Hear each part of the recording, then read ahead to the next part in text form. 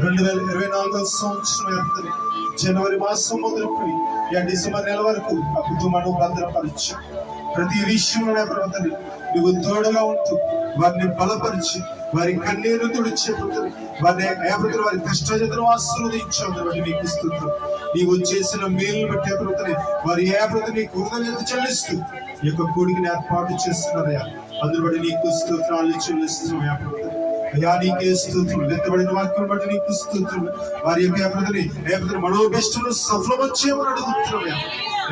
వారి భర్త గారిని కుమారుడు కుటుంబాన్ని కుమార్తెల కుటుంబాన్ని అల్లుల్ని మనవల్ని మనవరాళ్ళందరూ జ్ఞాపకం చేసుకుని నీ పిల్లలు చూసిన వాగ్దానం వారికి దయచేస్తుంది. సియోనులో నుండి వారిని ఆశీర్వదించబడుతూ ఆ కుటుంబాల చుట్టూ కంచి వేయబడుతూ వచ్చిన సంఘ బిడ్డలు బట్టి నీకు స్తోత్రం. వచ్చిన ప్రతి